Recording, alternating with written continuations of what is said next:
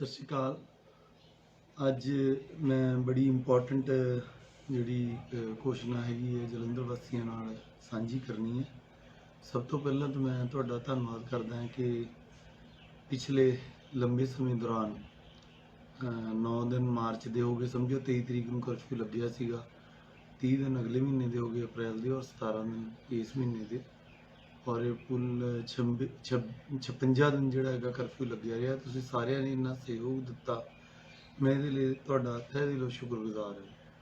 ਔਰ ਇਸ ਸਮੇਂ ਦੌਰਾਨ ਜਿਹੜੇ ਵੀ ਕਰਮਚਾਰੀਆਂ ਨੇ, ਪੁਲਿਸ ਕਰਮਚਾਰੀਆਂ ਨੇ, ਹੈਲਥ ਕਰਮਚਾਰੀਆਂ ਨੇ, ਸੈਨੀਟੇਸ਼ਨ, ਸਿਵਲ ਦੇ, ਰੇਲਵੇ ਦੇ ਬਹੁਤ ਲੋਕਾਂ ਨੇ, ਐਸੈਂਸ਼ੀਅਲ ਸਰਵਿਸਿਜ਼ ਵਾਲੇ ਜਿਹੜੇ ਹੌਕਰਸ ਨੇ, ਸਭ ਨੇ ਕੰਮ ਕੀਤਾ।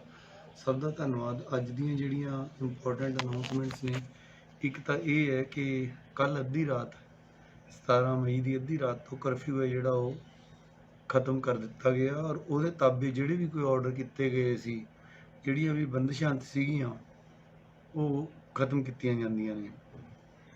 ਪਰੰਤੂ ਭਾਰਤ ਸਰਕਾਰ ਔਰ ਪੰਜਾਬ ਸਰਕਾਰ ਦੇ ਹੋਮ ਅਫੇਅਰਸ ਡਿਪਾਰਟਮੈਂਟ ਦੇ ਜਿਹੜੇ ਸਰਕੂਲਰਸ ਪ੍ਰਾਪਤ ਹੋਏ ਨੇ, ਉਹਨਾਂ ਦੇ ਤਹਿਤ 31 ਮਈ ਤੱਕ, ਭਾਵ ਅਗਲੇ 14 ਦਿਨਾਂ ਤੱਕ ਲਾਕਡਾਊਨ ਹੈ ਜਿਹੜਾ ਉਹ ਜਾਰੀ ਰਹੇਗਾ। ਲਾਕਡਾਊਨ ਤੋਂ ਭਾਵ ਇਹ ਹੈ ਕਿ ਰਾਤ ਦੇ 7 ਵਜੇ ਤੋਂ ਲੈ ਕੇ ਸਵੇਰ ਦੇ 7 ਵਜੇ ਤੱਕ 7 PM to 7 AM ਐਸੈਂਸ਼ੀਅਲ ਸੇਵਾਵਾਂ ਨੂੰ ਛੱਡ ਕੇ ਬਾਹਰ ਜਿਹੜੀ ਆਮਦ ਰਫਤ ਹੈ, ਬਾਹਰ ਨਿਕਲਣ ਦੀ ਮਨਾਹੀ ਹੋਵੇਗੀ। ਇਸ ਤੋਂ ਇਲਾਵਾ ਹੁਣ ਜਿਹੜਾ ਹੈਗਾ, ਜਿਹੜੀਆਂ ਗਤੀਵਿਧੀਆਂ ਤੇ ਮਨਾਹੀ ਹੋਵੇਗੀ ਪੂਰੇ ਜਲੰਧਰ ਜ਼ਿਲ੍ਹੇ 'ਚ, school, college, educational institutions, training institute, coaching institute, ਜਿਸ 'ਚ ਕਿ ਆਈਲੈਟ ਵਾਲੇ ਵੀ ਆ ਜਾਂਦੇ ਆ, ਜਿਹੜੇ ਕੋਈ +1 +2 ਦੀ ਕੋਚਿੰਗ ਦਿੰਦੇ ਆ, ਉਹ ਵੀ ਕੋਈ ਇੰਗਲਿਸ਼ ਦੀ, ਸਾਰੇ ਬੰਦ ਰਹਿਣਗੇ। ਪਰ ਇਹ ਆਨਲਾਈਨ ਤੇ ਡਿਸਟੈਂਸ ਲਰਨਿੰਗ ਜਿਹੜੀ ਹੈਗੀ ਹੈ ਉਹ ਕੰਟੀਨਿਊ ਕਰ ਸਕਦੇ ਨੇ। ਔਰ ਇਹਦੇ ਨਾਲੋਂ ਨਾਲ, ਕਿਉਂਕਿ ਅੱਗੇ ਦਫ਼ਤਰਾਂ ਵਾਲੀ ਗੱਲ ਆਊਗੀ, ਤਾਂ ਐਜੂਕੇਸ਼ਨ ਇੰਸਟੀਟਿਊਸ਼ਨ ਦਾ ਜਿਹੜਾ ਦਫ਼ਤਰ ਹੈਗਾ, ਉਹਦਾ ਜਿਹੜਾ ਦਫ਼ਤਰੀ ਸਟਾਫ ਹੈ, ਮੰਨ ਲਓ ਕਿਸੇ ਨੇ ਤਨਖਾਹ ਬਣਾਉਣੀ ਹੈ, ਆਨਲਾਈਨ ਕੋਈ ਡਾਟਾ ਅਪਲੋਡ ਕਰਨਾ ਹੈ, ਕੋਈ ਬੱਚਿਆਂ ਨੂੰ ਕਿਤਾਬਾਂ ਡਿਸਪੈਚ ਕਰਨੀਆਂ ਹੈਗੀਆਂ, ਉਹ ਦਫ਼ਤਰ ਆ ਕੇ ਖੋਲ੍ਹ ਸਕਦੇ ਨੇ। ਬਟ ਆਈ ਐਮ ਰਿਪੀਟਿੰਗ, ਕੋਈ ਵੀ ਸਟੂਡੈਂਟ ਜਾਂ class school, college, institute, coaching institute 'ਚ ਨਹੀਂ ਆਊਗਾ। ਜੇਕਰ ਕੋਈ ਇੱਦਾਂ ਕਲਾਸਾਂ ਲਾਉਂਦਾ ਪਾਇਆ ਗਿਆ ਤਾਂ ਉਹਦੇ ਵਿਰੁੱਧ ਕਾਰਵਾਈ ਕੀਤੀ ਜਾਊਗੀ। ਇਸ ਤੋਂ ਇਲਾਵਾ ਹੋਟਲ, ਰੈਸਟੋਰੈਂਟ ਔਰ ਹਸਪਿਟੈਲਿਟੀ ਨਾਲ ਜੁੜੇ ਹੋਏ ਜਿਹੜੇ ਹੋਰ ਅਦਾਰੇ ਨੇ, ਭਾਵ ਮੈਰਿਜ, ਬੈਂਕਟ ਵਗੈਰਾ, ਇਹ ਸਾਰੇ ਜਿਹੜੇ ਹੈਗੇ ਆ ਬੰਦ ਰਹਿਣਗੇ। ਪਰੰਤੂ ਇਹਨਾਂ ਦੀ ਜਿਹੜੀ ਕਿਚਨ ਹੈ ਉਹਨੂੰ ਕਿਸ ਮੰਤਵ ਲਈ ਚਲਾਇਆ ਜਾ ਸਕਦਾ ਹੈ? ਰੈਸਟੋਰੈਂਟ, ਈਟਰੀਜ਼, ਹਲਵਾਈ, ice cream shops, juice shops, bakery shops, ਇਹ ਜਿਹੜੀਆਂ ਹੈਗੀਆਂ ਨੇ ਸਵੇਰ 7 AM ਤੋਂ ਸ਼ਾਮ ਦੇ 6 PM ਤੱਕ ਖੋਲ੍ਹ ਸਕਦੇ। ਸਾਰੇ cinema hall, shopping mall, gym, swimming pool, entertainment park, theatre, bar, auditorium, assembly hall, banquets, similar place ਜਿਹੜੇ ਹੈਗੇ ਉਹ ਬੰਦ ਰਹਿਣਗੇ। ਇਸ ਤੋਂ ਇਲਾਵਾ ਸਾਰੀਆਂ social, political, sports, entertainment, academic, cultural, religious function, other similar gatherings, ਇਹ ਸਾਰੀਆਂ ਬੰਦ ਰਹਿਣਗੀਆਂ। ਇਸ ਤੋਂ ਇਲਾਵਾ ਜਿੰਨੇ ਵੀ ਸਾਡੇ ਧਾਰਮਿਕ ਸਥਾਨ ਨੇ, ਚਾਹੇ ਉਹ ਕਿਸੇ ਵੀ ਧਰਮ ਦੇ ਹੋਣ, ਰਿਲੀਜੀਅਸ ਪਲੇਸਿਸ ਆਫ ਵਰਸ਼ਿਪ ਜਿਹੜੇ ਹੈਗੇ ਆ ਪਬਲਿਕ ਦੇ ਲਈ ਬੰਦ ਰਹਿਣਗੇ।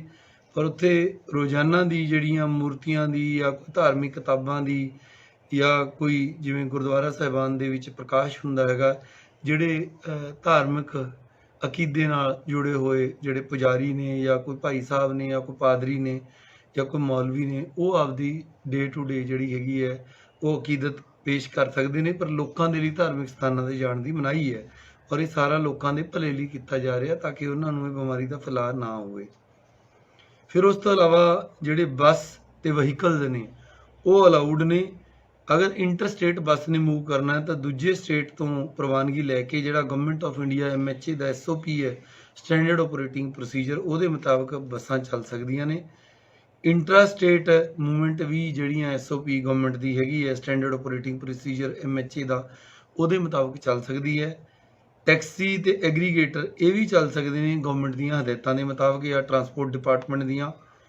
Bicycle, rickshaw, auto rickshaw allowed subject to the compliance of the SOP।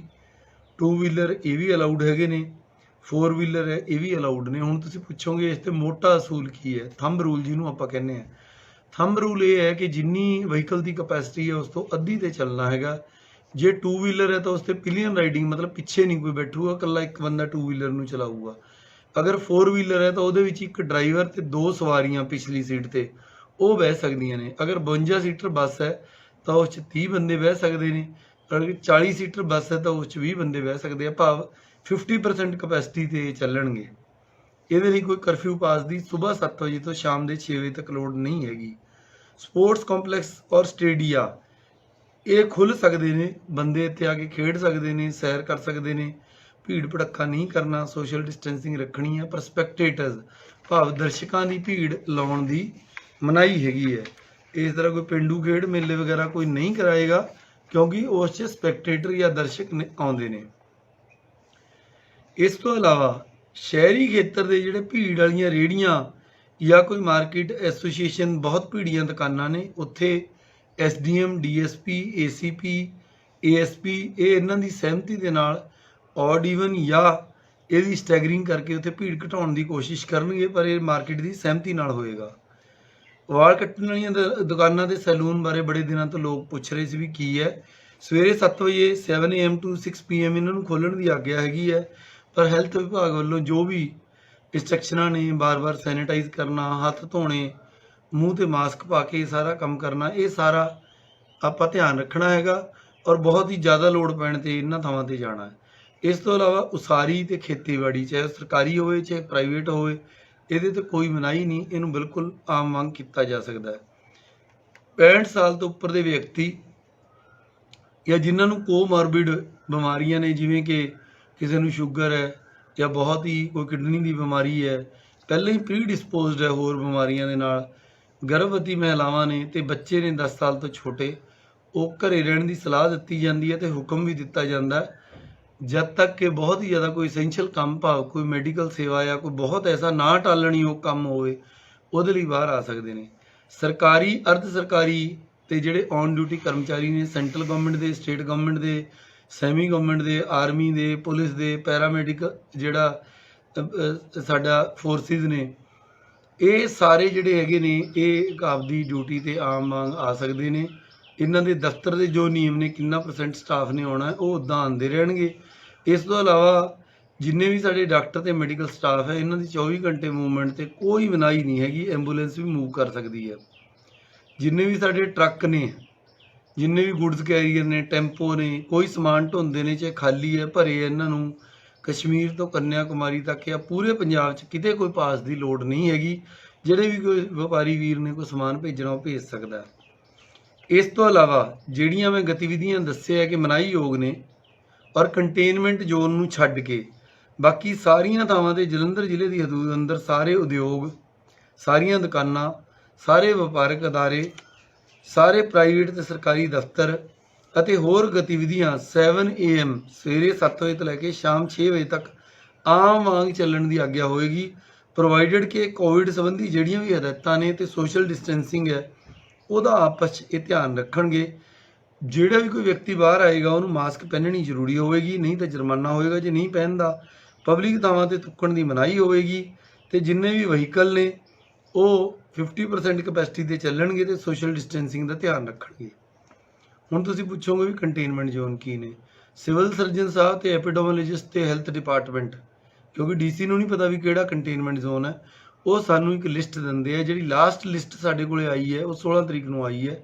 ਇਹਦੇ 'ਚ ਕੰਟੇਨਮੈਂਟ ਜ਼ੋਨ 'ਚ ਕਿਹੜੇ ਕਿਹੜੇ ਪਏ ਨੇ, ਪਿਛਲੇ ਜਿਹੜੇ 28 ਦਿਨਾਂ 'ਚ ਕੇਸ ਆਏ ਨੇ ਉਹਦੇ ਹਿਸਾਬ ਨਾਲ ਰਾਜਾ ਗਾਰਡਨ ਬਸਤੀ ਦਾਨਿਸ਼ਮੰਦਾ, ਸ਼੍ਰੀ ਗੁਰੂ ਰਵਿਦਾਸ ਨਗਰ ਬਸਤੀ ਦਾਨਿਸ਼ਮੰਦਾ, ਨਿਊ ਰਸੀਲਾ ਨਗਰ ਬਸਤੀ ਦਾਨਿਸ਼ਮੰਦਾ, शिवाजी नगर बस्ती दानिशमंदा, बेगमपुरा ते सुरजीत नगर बस्ती दानिशमंदा, बस्ती शेख, बस्ती गुजा, न्यू गोविंद नगर, तेजमोहन नगर, इस तो इलावा काजी महला, किला महला, रस्ता महला, भैरों बाजार, लाल बाजार, जटपुरा, पुरानी सब्जी मंडी, बसंत नगर, न्यू गोविंद नगर, अमन नगर, ये हुण अज की डेट कंटेनमेंट जोन ने। बट एक इवॉल्विंग प्रोसैस है। असी होर 1-2 ਦਿਨਾਂ ਦੇ ਅੰਦਰ ਸਿਵਲ ਸਰਜਨ ਤੋਂ ਰਿਪੋਰਟ ਲੈ ਕੇ ਅਗਰ ਇਸ 'ਚ ਕੋਈ ਬਦਲਾਅ ਦੀ ਲੋੜ ਹੋਵੇਗੀ, ਤੁਸੀਂ ਧੀਰਜ ਨਾ ਹਾਰੋ, ਅਸੀਂ ਉਹ ਵੀ ਜਿਹੜੀ ਹੈਗੀ ਅਗਰ ਲੋੜ ਪਈ ਤਾਂ ਉਹਨੂੰ ਚੇਂਜ ਕਰਾਂਗੇ। ਗਵਰਨਮੈਂਟ ਦੇ ਪ੍ਰਾਈਵੇਟ ਆਫਿਸਿਸ ਜਿਹੜੇ 7 AM to 6 PM ਮੈਂ ਕਿਹਾ, ਪਰ ਜਿਹੜੇ ਵੀ ਕੋਈ ਦਫ਼ਤਰ ਦਾ 9 ਤੋਂ 5 ਟਾਈਮ ਹੈ ਜਾਂ 10 ਤੋਂ 4 ਟਾਈਮ ਹੈ, ਉਹ ਉਸ ਦਫ਼ਤਰ ਦੀ ਮਰਜ਼ੀ ਹੋਊਗੀ ਕਿ ਉਹਨੇ ਕਿੰਨੇ ਵਜੇ ਤੱਕ ਖੋਲ੍ਹਣਾ। ਇਹਦੇ 'ਚ 2 ਗੱਲਾਂ ਮੈਂ ਬੜੀਆਂ ਸਪਸ਼ਟ ਕਰ ਦਿੰਦਾ। ਦਫ਼ਤਰਾਂ ਦੇ ਵਿੱਚ ਬੈਂਕ ਵੀ ਆਉਂਦੇ ਨੇ, ਜਿਹੜੇ ਬੈਂਕ ਨੇ, ਕਿਉਂਕਿ ਪੁਰਾਣੇ ਆਰਡਰ ਸਾਰੇ ਨਿਰਸਤ ਹੋ ਗਏ, ਬੈਂਕ ਅੱਜ ਤੋਂ ਬਾਅਦ ਨੋਰਮਲ ਆਪਦਾ ਜਿਹੜਾ ਟਾਈਮ ਪੀਰੀਅਡ ਹੈ ਉਹਦੇ ਮੁਤਾਬਕ ਖੁੱਲਣਗੇ। ਭਾਵ ਜੋ ਵੀ ਇਹਨਾਂ ਦਾ ਕੋਈ 10 ਤੋਂ 5 ਦਾ ਟਾਈਮ ਹੈਗਾ, ਜਿੰਨਾ ਪਬਲਿਕ ਆਰਜ਼ ਹੈਗੇ ਨੇ, ਉਹ ਬੈਂਕ ਆਮ ਜਾਂ ਜਿਹੜੀਆਂ ਫਾਈਨੈਂਸ ਕੰਪਨੀਜ਼ ਹੈਗੀਆਂ ਨੇ ਉਹ ਵੀ ਆਮ ਵਾਂਗ ਖੁੱਲਣਗੀਆਂ, ਪਰ ਇਹ ਸੋਸ਼ਲ ਡਿਸਟੈਂਸਿੰਗ ਤੇ ਗੋਲੇ ਮਾਰਨ ਦਾ ਧਿਆਨ ਰੱਖਣਗੇ। ਦੂਜੀ, ਕਿਉਂਕਿ ਜਲੰਧਰ ਹੱਬ ਹੈਗਾ ਆਈਲਸ ਸੈਂਟਰਾਂ ਦਾ, ਤੇ ਜਿਹੜੇ ਬਾਹਰ ਬੱਚੇ ਜਾਂਦੇ ਨੇ ਉਹ ਸਾਡੇ ਟਰੈਵਲ ਏਜੰਟ ਹੈਗੇ ਨੇ, ਉਹ ਵੀ ਬੜੇ ਸਵਾਲ ਆ ਰਹੇ ਆ ਵੀ ਖੁੱਲ੍ਹ ਸਕਦੇ ਆ ਕਿ ਨਹੀਂ ਖੁੱਲ੍ਹ ਸਕਦੇ। ਇਹਨਾਂ ਦੇ ਜਿਹੜੇ ਬੈਕ ਐਂਡ ਦਫ਼ਤਰ ਹੈ, ਕੋਈ ਤਨਖਾਹ ਦੇਣ ਲਈ, ਕੋਈ ਹੋਰ ਵੀਜ਼ਾ ਪ੍ਰੋਸੈਸਿੰਗ ਲਈ, ਉਹ ਆਪਦੇ ਘੱਟ ਸਟਾਫ ਦੇ ਨਾਲ ਖੁੱਲ੍ਹ ਸਕਦੇ ਆ, ਪਰ ਉੱਥੇ ਸਟੂਡੈਂਟਸ ਨੂੰ ਬੁਲਾ ਕੇ ਕੋਈ ਕਲਾਸਾਂ ਲਾ ਕੇ ਕੋਈ ਆਈਲੈਟ ਦੀ ਕੋਚਿੰਗ ਦੇਣ ਤੇ ਮਨਾਹੀ ਹੈ। ਆਨਲਾਈਨ ਕੋਚਿੰਗ ਦਿੱਤੀ ਜਾ ਸਕਦੀ ਹੈ, ਜੇ ਕਿਸੇ ਨੇ ਉੱਥੇ ਕਲਾਸਾਂ ਲਾਈਆਂ ਤਾਂ ਉਹਦੇ ਤੇ ਕਾਰਵਾਈ ਹੋਏਗੀ। ਇਸ ਤੋਂ ਇਲਾਵਾ ਸਰਕਾਰ ਦੇ ਵੱਖ-ਵੱਖ ਡਿਪਾਰਟਮੈਂਟਾਂ ਵੱਲੋਂ ਐਡਵਾਈਜ਼ਰੀ ਜਾਰੀ ਹੋਈਆਂ ਨੇ, ਉਹ ਬੈਂਕਾਂ ਬਾਰੇ ਵੀ ਹੈਗੀ ਹੈ, ਦਫ਼ਤਰਾਂ ਬਾਰੇ ਵੀ ਹੈਗੀ ਹੈ, ਏਅਰ ਕੰਡੀਸ਼ਨਰਾਂ ਦੇ ਪ੍ਰਯੋਗ ਬਾਰੇ ਵੀ ਹੈਗੀ ਹੈ, ਇੰਡਸਟਰੀ ਵਾਲੇ ਵੀਰਾਂ ਨੂੰ ਵੀ ਐਡਵਾਈਜ਼ਰੀ ਹੋਈ ਵੀ ਹੈ, ਨਰੇਗਾ ਦੇ ਕੰਮ ਕਿੱਦਾਂ ਕਰਨੇ ਹੈ, ਸ਼ਾਪਸ ਜਿਹੜੀਆਂ ਦੁਕਾਨਾਂ ਨੇ ਉਹਨਾਂ ਤੇ ਕੰਮ ਕਿੱਦਾਂ ਕਰਨਾ ਹੈ, ਪੈਟਰੋਲ ਪੰਪ ਕਿੱਦਾਂ ਕਰਨੇ ਹੈ, ਸੀਨੀਅਰ ਸਿਟੀਜ਼ਨ ਨੇ ਆਪਦੀ ਸਿਹਤ ਦਾ ਕਿਵੇਂ ਧਿਆਨ ਰੱਖਣਾ ਹੈ, ਟਰਾਂਸਪੋਰਟ ਆਫ ਦ ਬੱਸਿਸ ਕਿਵੇਂ ਕਰਨਾ ਹੈ, ਫੂਡ ਦੀ ਸੇਫਟੀ ਕਿਵੇਂ ਕਰਨੀ ਹੈਗੀ ਹੈ, ਇੰਟਰਸਟੇਟ ਮੂਵਮੈਂਟ ਕਿਵੇਂ ਹੈ, ਹੋਟਲਸ ਵਗੈਰਾ ਜਿਹੜੇ ਕੁਆਰੰਟਾਈਨ ਲਈ NRI ਵੀਰਾਂ ਲਈ ਦਿੱਤੇ, ਇਹ ਸਾਰਾ ਕੁਝ ਇਨ ਮਿਨ ਪਾਲਣਾ ਯਕੀਨੀ ਬਣਾਉਣ ਦੀ ਜਿਹੜੀ ਹੈਗੀ ਹੈ ਆਮ ਨਾਗਰਿਕਾਂ ਦੀ ਜ਼ਿੰਮੇਵਾਰੀ ਹੋਏਗੀ। ਔਰ ਜੋ ਇਹਨਾਂ ਹਦਾਇਤਾਂ ਦੀ ਪਾਲਣਾ ਨਹੀਂ ਕਰੇਗਾ ਉਹ ਨੈਸ਼ਨਲ ਡਿਜ਼ਾਸਟਰ ਮੈਨੇਜਮੈਂਟ ਐਕਟ 2005 ਔਰ IPC ਦੀਆਂ ਜਿਹੜੀਆਂ ਧਾਰਾਵਾਂ ਨੇ ਉਹਨਾਂ ਦੇ ਤਹਿਤ ਬਣਦੀ ਕਾਰਵਾਈ ਹੈ ਜਿਹੜੀ ਕੀਤੀ ਜਾਵੇਗੀ। ਹੁਣ ਅਖੀਰ 'ਚ ਆ ਕੇ ਇਹ ਤਾਂ ਰਹਿ ਗਏ 4 ਪੰਨੇ। ਇਹ 4 ਪੰਨਿਆਂ ਦੇ ਨਾਲ ਹੀ ਕਰਫਿਊ ਲੱਗਿਆ ਸੀ, ਇਹ 4 ਪੰਨਿਆਂ ਦੇ ਨਾਲ ਹੀ ਕਰਫਿਊ ਹਟਿਆ।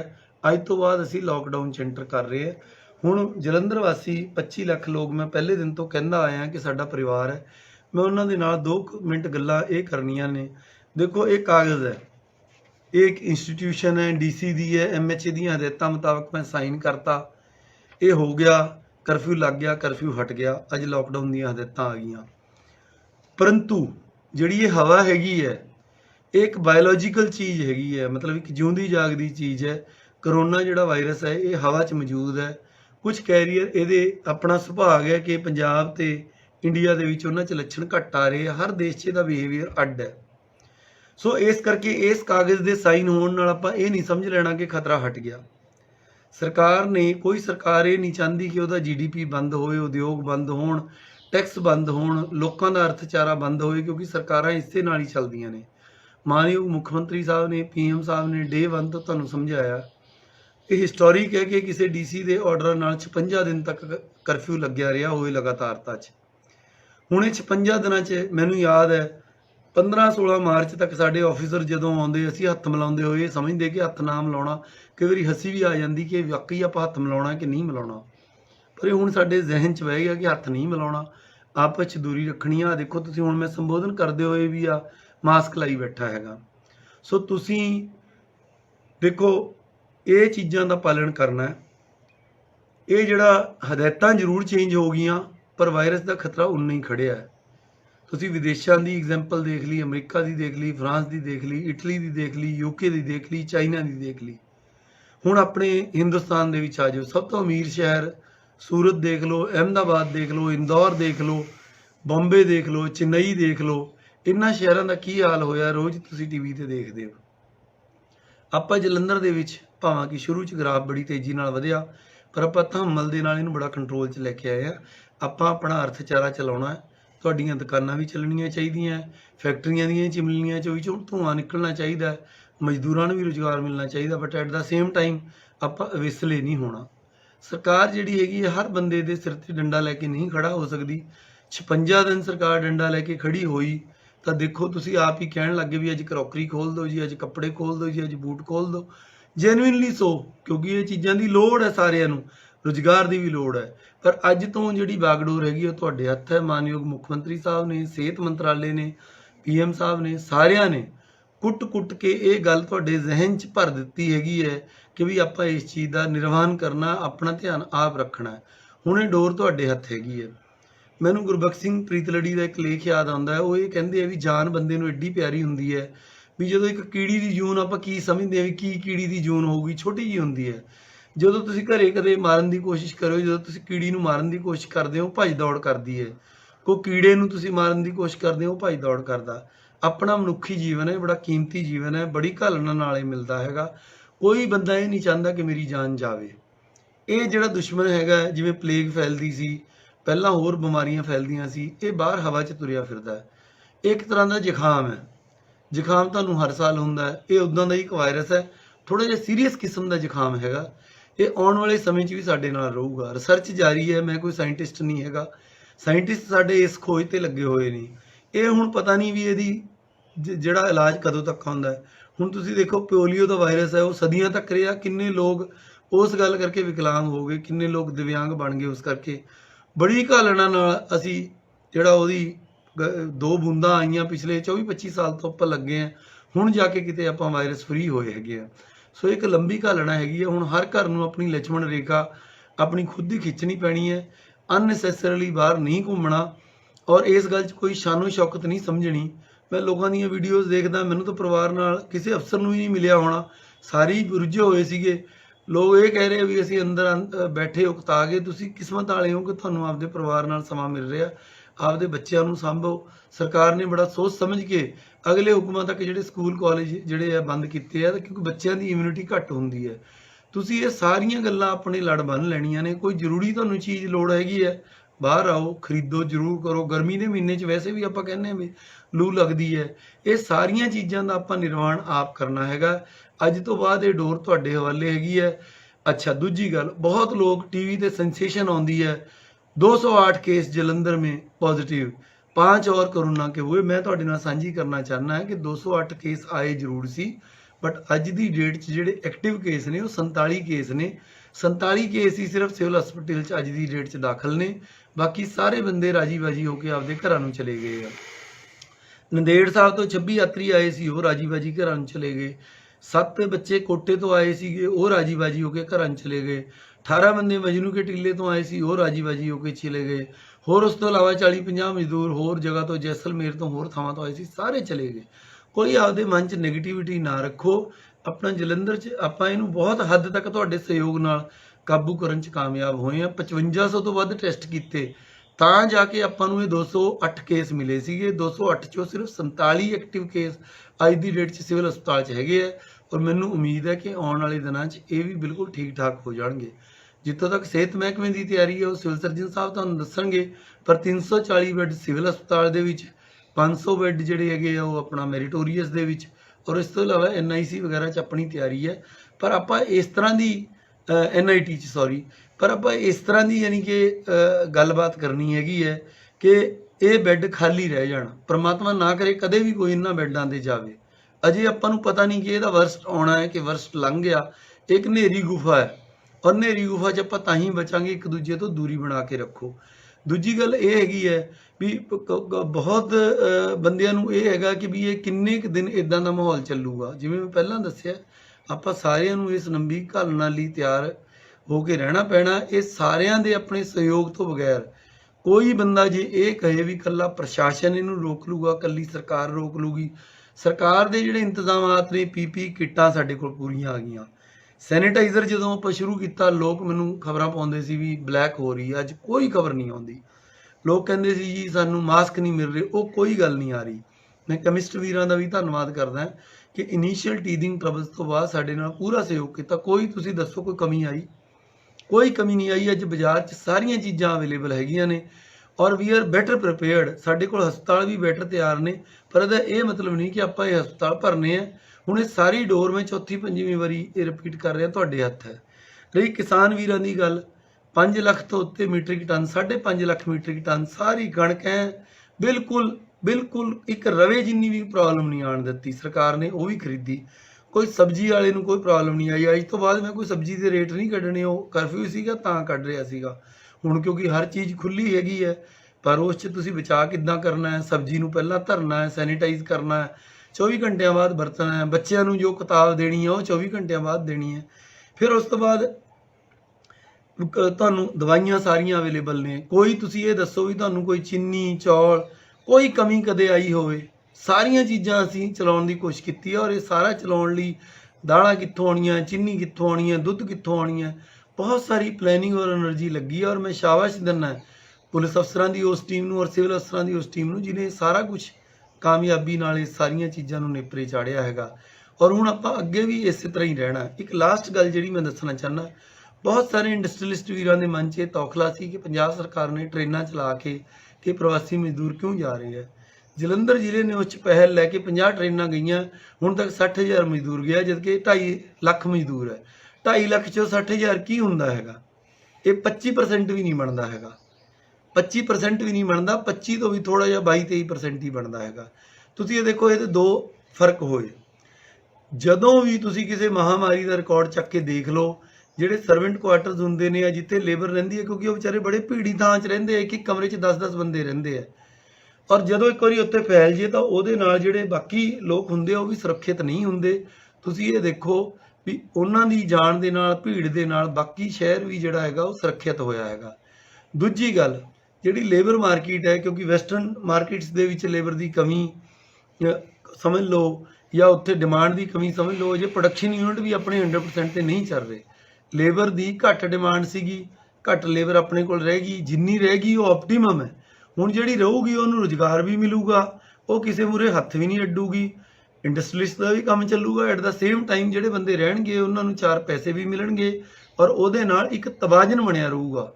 ਤੁਸੀਂ ਇਹ ਦੇਖੋ ਵੀ ਜੇ ਤਵਾਜ਼ਨ ਨਾ ਬਣਾਇਆ ਜਾਂਦਾ, ਇਹ 60,000 ਵਿਹਲੇ ਬੰਦਿਆਂ ਨੂੰ ਅਸੀਂ ਬਿਠਾ ਕੇ ਰੱਖਦੇ, ਕੀ ਗਰੰਟੀ ਸੀ ਕਿ ਇਹ ਸੜਕਾਂ ਤੇ ਨਾ ਆਉਂਦੇ? ਜੋ ਸੂਰਤ 'ਚ ਹੋਇਆ, ਬੰਬੇ 'ਚ ਹੋਇਆ, ਜਿੱਦਾਂ ਦੇ ਪ੍ਰਦਰਸ਼ਨ ਹੋਏ, ਤੁਸੀਂ ਦੱਸੋ ਜਲੰਧਰ 'ਚ ਇੱਕ ਵੀ ਪ੍ਰਦਰਸ਼ਨ ਹੋਇਆ?